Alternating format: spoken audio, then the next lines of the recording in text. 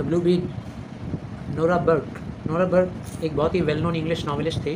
Novelist मतलब जानते हो ना, जो लोग नॉवेल लिखते हैं, उपन्यास जो लोग लिखते हैं। जैसे स्टोरी राइटर को हम लोग बोलेंगे शॉर्ट स्टोरी राइटर, इसको क्या बोलेंगे हम लोग, novelist. And non fiction writer भी थी, मतलब नॉन फिक्शियस स्टोरी।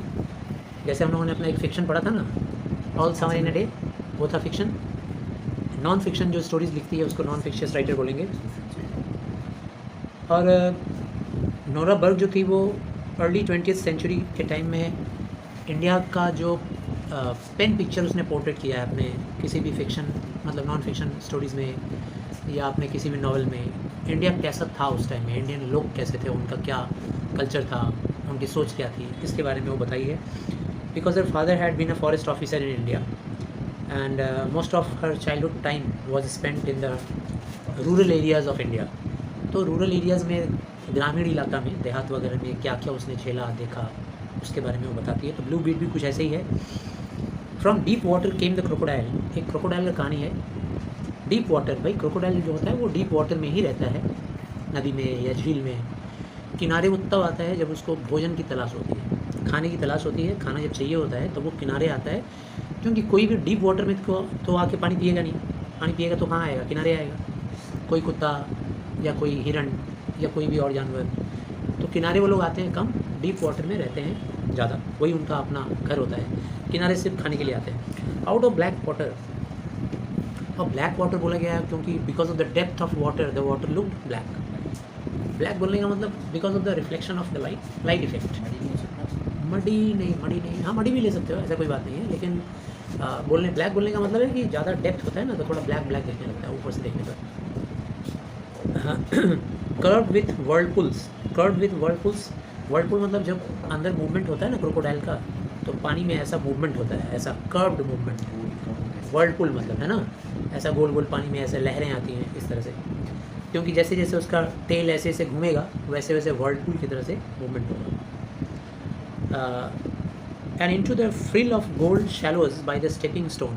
फ्रिल का मतलब क्या होता है, बाउंड्री, ठीक है ना, मतलब कोई घाट वाट टाइप का बना होगा झील के किनारे या नदी के किनारे, तो वहाँ पे वर्लपुल करता वो मगरमच्छ निकला और निकल के घाट के किनारे पे आके रह गया, जहाँ पे स्टेपिंग स्टोन था, लोगों के चढ़ने उतरने की सीढ़ियाँ जैसी बनी हुई थी।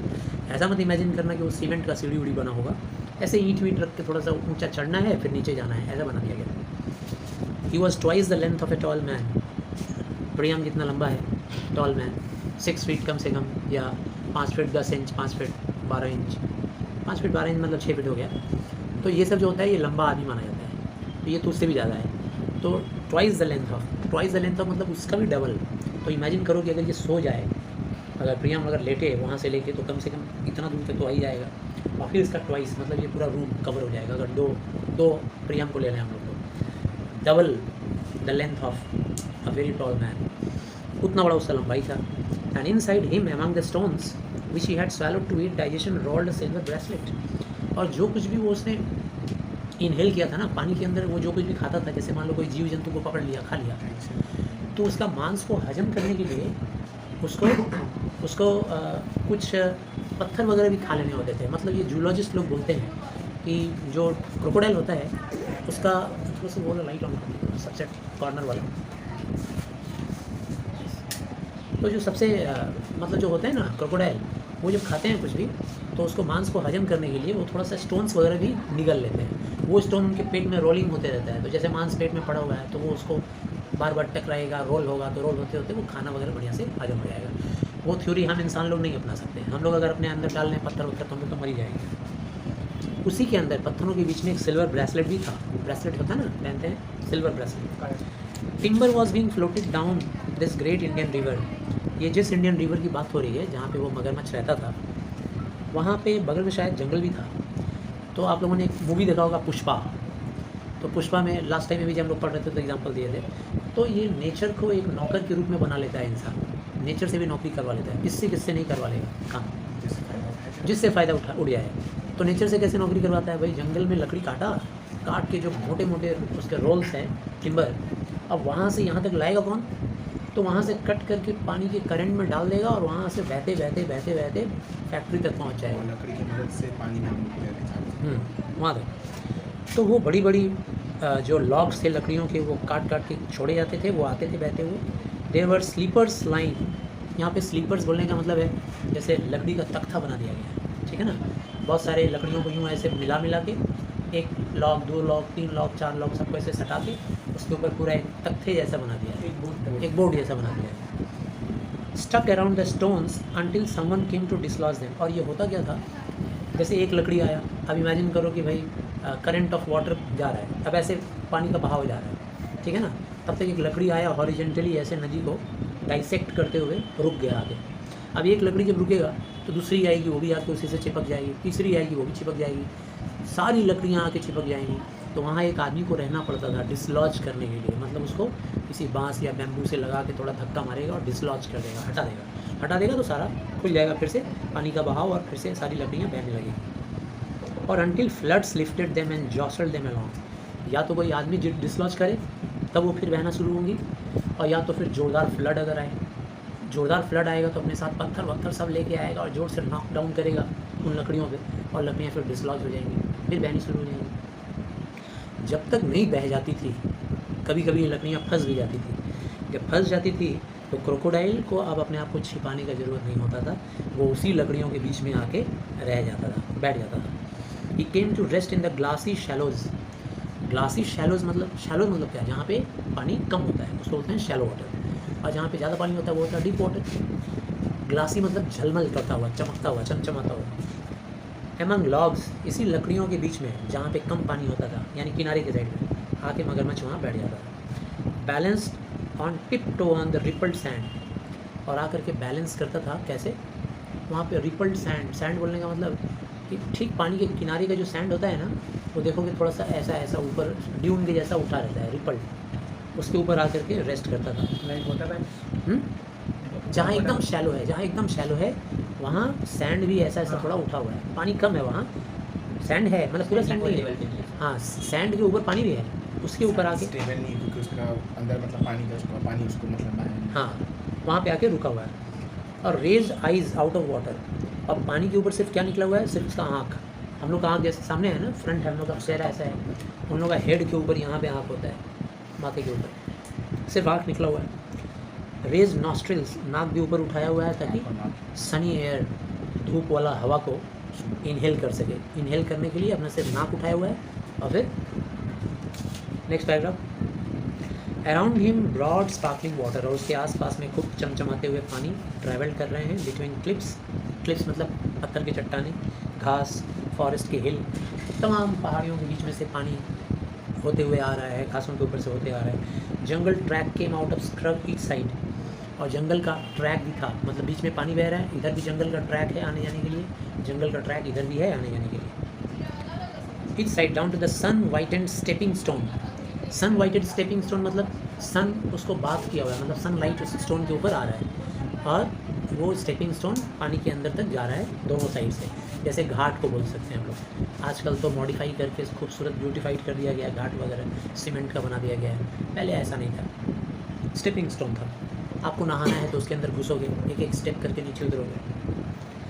On which a little fly catcher was flirting and trailing along, the mugger crocodile blackish brown above and yellowy white. और वो जो स्टेपिंग स्टोन है ना, उसके ऊपर छोटा सा बर्ड, जिस बर्ड का नाम है फ्लाई कैचर, नाम नहीं है फ्लाई कैचर, मतलब फ्लाई वगैरह पकड़ने वाला ये एक तो बर्ड होता है, वो वहाँ पे खड़ा है और मज़े ले रहा है धूप का और हवा का।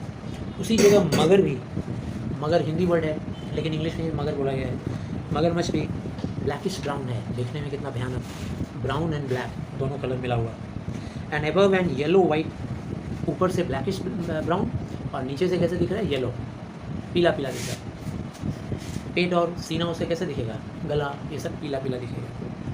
मोशनलेस, एकदम चुपचाप खड़ा है। Able to wait for ever till food came, ये मगरमच्छ लोगों के अंदर एक क्वालिटी होती है भाई, वो लोग वेट करते हैं फूड का, जब तक चाहें तब तक वेट करें, बहुत पेशेंस है, इंतज़ार कर लेते हैं। छिपकलियों को भी देखी होगी, जब तक एक कॉकरोच नहीं देखती है बैठी रहती है दीवार पे, एक एक घंटे तक बैठी हुई है, 2-2 घंटे तक बैठी हुई है। दिस एंटीडाइल्यूवियन सॉरियन, एंटीडाइल्यूवियन सॉरियन मतलब मगरमच्छ के लिए ही बोला गया है, ठीक है ना, ये जो मगरमच्छ है, this pre historic juggernaut ferocious and formidable, भयानक तो है ही है, फेरोसियस तो है ही है, फॉर्मिडेबल है, मतलब आप इसको इग्नोर नहीं कर सकते।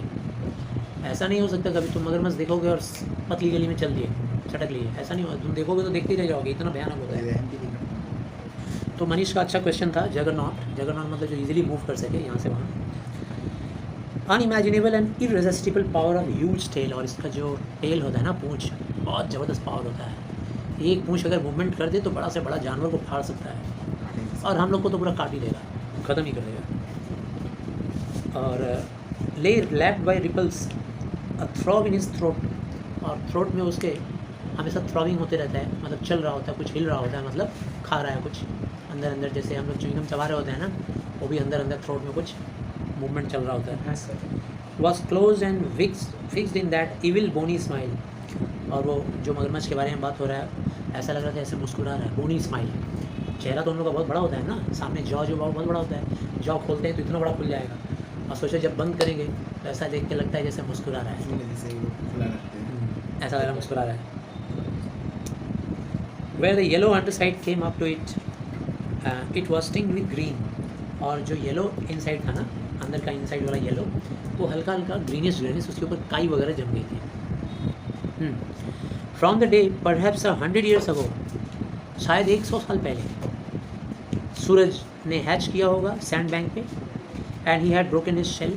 सूरज ने हैच किया होगा, मतलब ये मत सोचना कि सूरज कैसे जन्म देगा, कहने का मतलब सूरज की गर्मी, उसकी जो मदर होती है, मदर क्रोकोडाइल, वो कहाँ पे हैच करती है एग्स को, थोड़ा सा गर्म जगह पे, है ना, क्योंकि ये जो क्रोकोडाइल्स वगैरह होते हैं ये लोग कोल्ड ब्लडेड होते हैं, कोल्ड ब्लडेड, आप लोग लाइफ साइंस में पढ़े होंगे, तो ये लोग गर्म जगह पसंद करते हैं। हाँ, तो वहाँ पे उसकी मम्मी ने हैच किया होगा अंडों को, इसीलिए बोला गया है सन।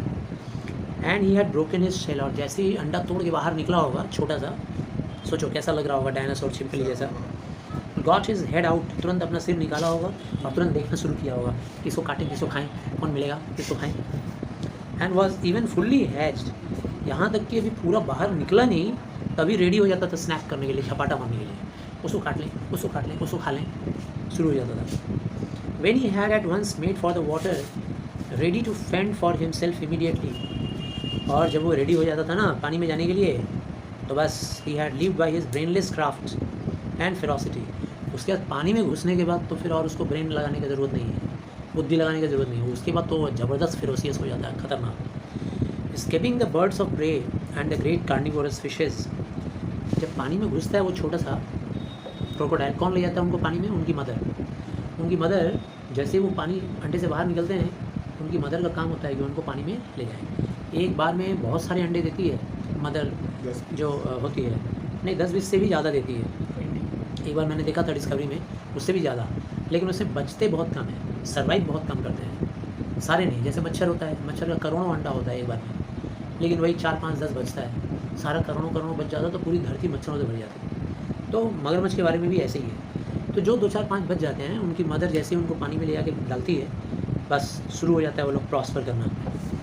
और पानी के अंदर भी उनको खतरा रहता है, किससे? मछलियों से, बड़ी मछलियाँ क्रोकोडाइल को खा लेती हैं, छोटा क्रोकोडाइल को, बाद में वही क्रोकोडाइल भी मछलियों को खाता है। ये लाइफ साइकिल चलता है। Catching all the food he needed and storing it, और जब उसी में पानी में बड़ा होने लगता है क्रोकोडाइल, तो क्या करता है ना, जैसे कोई शिकार पकड़ा, उसका मांस खाया, जो बच गया उसको कहीं पानी के अंदर गड्ढा गुड्ढी देख करके वहाँ ले आकर छिपा देता है, और वहाँ वो सड़ता रहता है। सड़ता हुआ मांस को बार बार आके खाता है टेपिड वाटर में। टेपिड वाटर मतलब ल्यूकवार्म वाटर, हल्का हल्का गर्म, जहाँ पे पानी शैलो होगा वहाँ हल्का गर्म होगा, पानी जहाँ डीप होगा वहाँ ठंडा होगा। And plenty of rotted food grew him to his great length, और सड़ा हुआ खाना खा के वो इतना लंबा बना है, आज बहुत लंबा बन जाता है, 12 फुट से भी ज़्यादा। Now nothing could pierce the inch thick armoured hide, अब जब वो बड़ा हो जाता है ना 12 फीट का, तब उसका चमड़ा जो है वो एकदम मोटा हो जाता है, इतना मोटा हो जाता है कि अब उसको तुम पियर्स नहीं कर सकते। अगर किसी चीज़ से, हाँ, अगर उसको तुम चुभाओगे घुसेगा नहीं, सुई वगैरह उसके अंदर घुसेगा नहीं, बुलेट भी नहीं जाएगा, सर बुलेट भी नहीं जाएगा, इवन राइफल का बुलेट भी नहीं घुसता है। सोच लो, गोली मारोगे तो मरेगा नहीं, विच वुड बाउंस हो जाएगा। सिर्फ उसका आई होता है, उसका सॉफ्ट कॉर्नर, और उसका अंडर आर्म, ये अंडर आर्म और आइज़, ये एक जगह है जहाँ पे अगर तुम मारोगे तो इजीली घुस जाएगा सुई वगैरह। He lived well in the river, पानी के अंदर वो आराम से रहता है।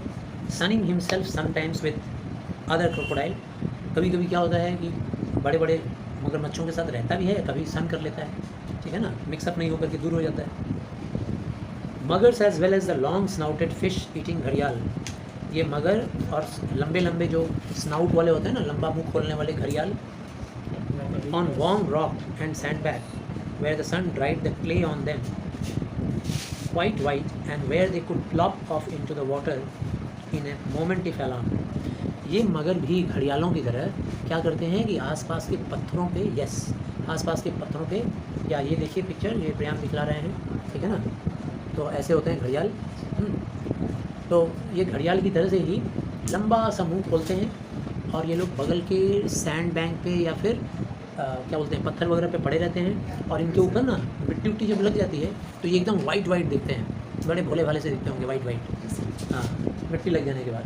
और उसके बाद अचानक मूवमेंट आता है, जैसे ही इनको अलार्म फील होता है, कोई खतरा, कोई डेंजर, तुरंत पानी में प्लॉप ऑफ कर देते हैं। प्लॉप ऑफ का मतलब एक साउंड है, कैसा साउंड है भाई, पानी में जैसे गिरेंगे प्लॉप, ऐसा आवाज़ आएगा। हाँ, मनीष ने अच्छा आवाज़ निकाला। The brick crocodile fed all mostly on fish, बड़ा जो क्रोकोडाइल होता है वो मछलियों को ज़्यादा खाता है, बट ऑल्सो ऑन डियर, हिरन को भी खा जाता है, कभी कभी बंदर को भी। That came to drink perhaps a duck or two, कभी कभी डक, बत्तख वगैरह को भी खा जाता है। कभी कभी here at the ford he fed on the pie dog, कभी कभी ऐसे कुत्तों को भी खा जाता है जो कुत्ता बहुत कमज़ोर हो गया है। इमेजिन करो, बहुत कमज़ोर कुत्ता है बेचारा, हड्डी वड्डी निकल गया है, मरने वाला है बेचारा, चल नहीं पा रहा है, ऐसा घसीट घसीट के चल रहा है, पानी के किनारे आया थोड़ा पानी पीने के लिए, जीभ से चाट चाट के पानी पी रहा है, तब तक मगरमच्छ आता है और आके अपने कब्जे में उसको ले लेता है। पाई डॉग फुल ऑफ पैरासाइट और स्केलेटन काउ, या फिर ऐसी गाय को भी खा जाता है जो गाय बेचारी एकदम हड्डी हड्डी हो गई है, मतलब पालतू गाय नहीं है, खाने को नहीं मिल रहा है, एकदम हार्ड उसका निकल गया है हड्डी। And sometimes he went down to the burning ghat, और कभी कभी तो ये मगरमच्छ इतना फेरोसियस है, सोचिए कितना भयानक लग रहा है, बर्निंग घाट में पहुंच जाता है, शमशान घाट, और वहाँ पे इंसानों का बॉडी जलाया जाता है ना। अब इंसान की बॉडी को जलाने में भाई 5-6 घंटे 7 घंटे लग जाते हैं लकड़ियों में, है ना। तो अब लकड़ियों में भी कब तक कोई बैठ के इंतज़ार करेगा, 5-6 घंटे 7 घंटे। तो कभी कभी क्या होता था कि भाई लकड़ी कम है या फिर बॉडी थोड़ा जला हुआ है, बच गया थोड़ा सा लास्ट में, तो वो जो जल्लाद होता है या क्या कहते हैं उसको, जो लोग वहाँ रहते हैं, हाँ डोम, उसको क्या करेगा भाई, उसको धकेल के बाँस और बैम्बू से धकेल के पानी में गिरा देता है। अब वो पानी में गिरा देता है तो अब तो बड़ी बढ़िया है भाई, मगरमच्छ एकदम क्या बोलना है, ठीक है। Half burn bodies of Indian cast into the stream beside him in the shoals, इसके अलावा शोल्स, जो शोल्स क्या होता है भाई, तो एक तो शोल होता है जो हम लोग मछलियों के ग्रुप को बोलते हैं, शोल ऑफ फिश, यहाँ पे वो शोल नहीं है, यहाँ पे मतलब पानी के नीचे का सैंड। ही ले वेटिंग ग्लिमर्ड अ ब्लू जेम, और यहाँ पर अब उस मगरमच्छ के बगल में कोई वही जो शोल है ना, जो बालू है पानी के नीचे, उस पर एक ब्लू कलर का जेम दिखाई दे रहा है। It was not a gem, actually में ये जेम नहीं था, जेम के जैसा दिख रहा था लेकिन वो जेम नहीं था। It was sand worn glass, sand worn glass किसको बोलते हैं भाई, जो किसी वजह से पानी में गिरा होगा। और पानी में भाई पानी का मूवमेंट होता है, कभी इधर मूवमेंट होता है। तो जैसे तुम कभी स्विमिंग करने के लिए पानी में उतरोगे और ऐसे चुपचाप बैठ जाओगे नीचे गहराई में जाके, तो तुम देखोगे तुम्हारा बॉडी अपने आप ऐसे मूव हो रहा है, ऐसे जा रहे हो, फिर ऐसे हो रहे हो, फिर ऐसे हो रहे हो। तो इमेजिन करो कि अगर कोई जेम है या पत्थर है तो वो भी मूवमेंट होगा उसके अंदर, बालू से उसके साथ वो होगा टकराव होगी, और टकराहट से छिल छिल के वो शाइनी हो जाता है। बाई चांस वो परफोरेटेड भी हो गया था, परफोरेटेड होने का मतलब उसके अंदर थोड़ा सा होल भी हो गया था। परफोरेटेड जेम जो होता है ना, उसको आप किसी सूते से गुथाई करके, बीड मतलब एक तो छोटा सा दाने जैसा रहेगा, उसको बीड बोलते हैं। तो अगर मान लो इमेजिन करो कि छोटा सा बीड है, दाना जैसा है, ठीक है ना, पीस टुकड़ा, और परफोरेटेड है मतलब उसमें छेद अगर हो गया है, तो one can use it as well as an ornament, एक ऑर्नामेंट के रूप में यूज़ किया जा सकता है, या तो कोई कान में पहन ले या तो कोई गले में पहन ले, माला के रूप में। तो अब देखो, in the shrill noisy village, अब बात हो रही है, कहानी आगे बढ़ रही है कि जिस गांव की बात हो रही है वो बहुत ही नॉइजी है। श्रिल मतलब हाईली पिच्ड साउंड, सब लोग वहाँ पे बहुत ज़ोर ज़ोर से चिल्लाते हैं। ये ज़ोर ज़ोर से चिल्लाने एक बात का सिंबल है कि वहाँ के लोग कम पढ़े लिखे हैं, आपस में बातें भी करते हैं तो खूब ज़ोर ज़ोर से चिल्ला के बातें करते हैं, ठीक है ना। Out of A mud house, वहीं पे एक छोटा सा मड हाउस है, हाँ बीट मतलब छोटा सा दाने जैसा कुछ भी, तो परफोरेटेड मतलब उसमें छेद है, जैसे वहाँ देख रहे हो ना होल है वैसे ही छेद है। Out of A mud house, एक मिट्टी का घर था, उसी घर की कहानी है ये। जो मिट्टी का घर है वो as the ground came a little girl, same colour as the ground. उस मिट्टी का कलर जो था एकदम ग्राउंड के जैसा था। यस, मिट्टी का ग्राउंड जैसा कलर होता है वैसे ही वो घर का भी कलर था। ये देखिए ऐसा होता है, बीड्स ठीक है ना, बीड्स हैं अलग अलग कलर के, अलग अलग बीड्स हैं। तो थिन स्टार्वलिंग चाइल्ड, उसी घर की बात है, बहुत ही गरीब घर था वो, छोटा सा घर। उसी में एक बच्चा है, बच्चे की कहानी है, मतलब वो लड़की है एक्चुअली में, लेकिन चाइल्ड जो है वो बोला जा सकता है लड़का या लड़की दोनों को ही, कॉमन जेंडर होता है। Dressed in an earth coloured rag, वो लड़की जो थी वो कपड़े पहनी हुई थी मिट्टी की कलर का ही रैग, फटा चिथड़ा कपड़ा था ऐसा, काफ़ी मटमैला कपड़ा। She had torn the rag in two, कोई फटा हुआ कपड़ा था, साड़ी वड़ी रही होगी या कुछ और मटमैला सा फटा हुआ कपड़ा, उसको 2 टुकड़े में फाड़ दी थी। फाड़ के एक कोई स्कर्ट बना ली थी लपेट लपेट के, और एक को साड़ी बना ली थी, स्कर्ट या साड़ी उसी को बना के वो पहनती थी। सीबिया नाम था उसका लड़की का। लास्ट ऑफ हर मील, और आखिरी बार eating the last of her meal, जो खा रही थी वो अब बस लास्ट मोमेंट था उसे खाने का। चपाती खा रही थी, रोटियां खा रही थी, जिसके ऊपर वो ग्रीन चिली यानी मिर्ची, हरी मिर्ची का पेस्ट लगा ली थी, और रैंसिड बटर, सड़ा हुआ मक्खन और मिर्ची लगा के खा रही थी। शी डिवाइडेड दिस ऑल्सो, और उसने उस रोटी को सड़ा हुआ बोलने का मतलब खट्टा हो गया था, मतलब फेंकने लायक हो गया है, लेकिन अब अमीरों के घर में रहेगा वो मक्खन तो लोग फेंक देंगे, लेकिन गरीब के घर में है तो कैसे फेंकेंगे भाई, सड़ा हुआ ही खा लो चलो। अबे क्या करेंगे, वो नहीं खाएंगे तो कुछ भी नहीं खा पाएंगे। It seem more and it bit it showing straight white teeth, और जानबूझ के उसको कई टुकड़े में तोड़ के रखी थी ताकि वो खाना ज़्यादा देर तक उसके साथ लास्टिंग करे, वो ये फील कर सके कि खाना मेरे पास ज़्यादा देर तक है और मैं खा रही हूँ बहुत देर तक। विथ हर एबोनी हेयर मतलब ब्लैक हेयर, पूरा काला हेयर को एबोनी बोलते हैं। ग्रेट आइज़, बड़ी बड़ी आँखें थी, आँखों में बड़े बड़े सपने। उसका जो स्किन था ऑयल्ड ब्राउन क्रीम जैसा उसका चमड़ा था बॉडी का। 12 ईयर्स ओल्ड थी, 12 साल की बच्ची, बेयर फुट, और पैर में कोई चप्पल जूते नहीं थे। बूजी cold on A winter morning, और उसके बॉडी में रोंगटे खड़े हो जा रहे थे, इतना ठंड था सुबह सुबह। एंड बॉर्न टू टॉयल, अब ऐसे बच्चे जिस घरों में जन्म लेते हैं ना, वो बचपन से ही काम करना पड़ता है उनको, काम करने की आदत उनको डाल लेनी पड़ती है, वो भी ऐसी थी। अब in all her life, Syria जो थी अपनी पूरी ज़िंदगी में नेवर ओन्ड एनीथिंग, उसके पास कुछ चीज़ का मलकियत था ही नहीं, मतलब वो कभी किसी चीज़ की मालकिन नहीं बन पाई, उतनी छोटी सी बच्ची। तुम लोग के साथ हुआ होगा, या तुम लोग 12-13 साल के रहे होगे तो कम से कम 5 रुपये के मालिक तो ज़रूर बने होगे, कम से कम एक साइकिल के मालिक तो ज़रूर बने होगे, है ना, खिलौने के मालिक तो ज़रूर बने होगे। वो कभी किसी चीज़ की मालकिन नहीं बन पाई, सिर्फ रैग ही रैग था, फटा चिथड़ा कपड़ा। उसके पास एक आना का कॉइन नहीं था, एक आना नहीं था। 16 आने में 1 रुपया होता है तो उसी हिसाब से बांट लेना, 8 आने का मतलब 50 पैसा, 4 आने का मतलब 25 पैसा, एक आने की भी मालिक नहीं थी। इतना भी नहीं था कि वो कुछ खरीद सके अपने चॉइस का। Handful of blown glass beads, जब बाजार में जाती थी तो उसका सबसे ज़्यादा इंटरेस्टिंग चीज़ होता था ग्लास बीड्स, कांच का बना हुआ आर्टिफिशियल ऑर्नामेंट्स। अगर आपके पास डायमंड पहनने के लिए नहीं है तो बहुत सारी गरीब लड़कियां क्या करती हैं भाई लड़कियों का सबसे इंटरेस्टिंग चीज़ होता है गहना, बहुत मज़ा आता है उनको, अलग अलग टाइप का ऑर्नामेंट्स पहनना, कान में, नाक में, गले में, हाथों में, पैरों में, ठीक है ना, तो उनको पहनने का बहुत शौक़ होता है। अब ये बेचारी जाती थी तो कहाँ से खरीदेगी, तो कम से कम वो शीशे का जो 10 रुपया 20 रुपये में आजकल मिलता है बाहर में, उस ज़माने में तो और भी कम में मिलता होगा, वो भी खरीदने के लिए उसके पास पैसे नहीं, है ना। और वो छोटे छोटे ग्लास के जो छोटे छोटे टुकड़े बीड्स होते थे, स्टार्स के जैसे सजा के दुकानदार सामने रखा रहता था अट्रैक्ट करने के लिए लोगों को, कि लोग अट्रैक्ट होंगे।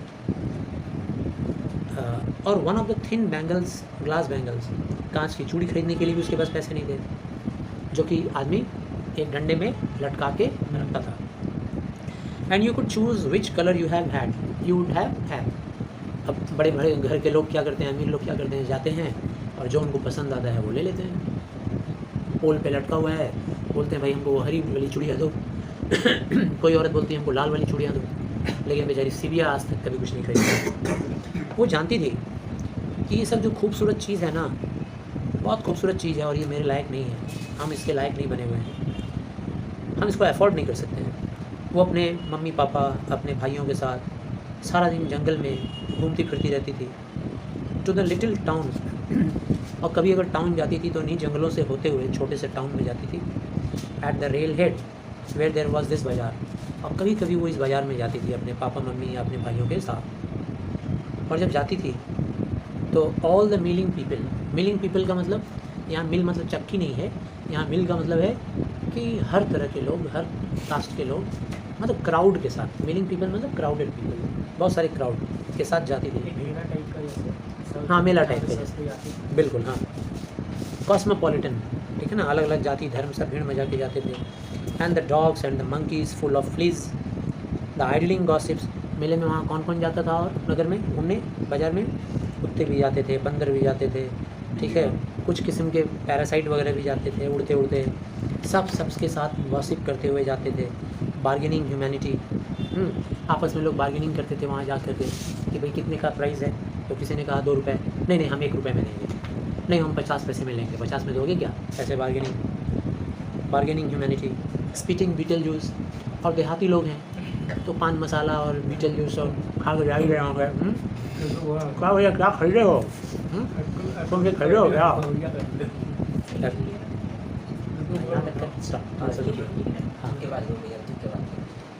तो heard the bell of the sacred bull.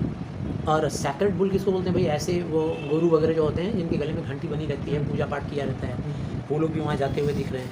क्लॉन्किंग as a lumbered along through the dust and huff huff. Dust पूरा धूल उड़ाते हुए शोरगुल के बीच में सीढ़ियाँ जाती थी और ये सब बैल गुरु कुत्ते भीड़ बकरी सब जा रहे हैं भीड़ मचाए हुए। तो यहाँ तक हम लोगों ने पढ़ा। ठीक है, फिर बाकी का पोर्शन हम लोग नेक्स्ट डे कर लेंगे। चलिए, थैंक यू।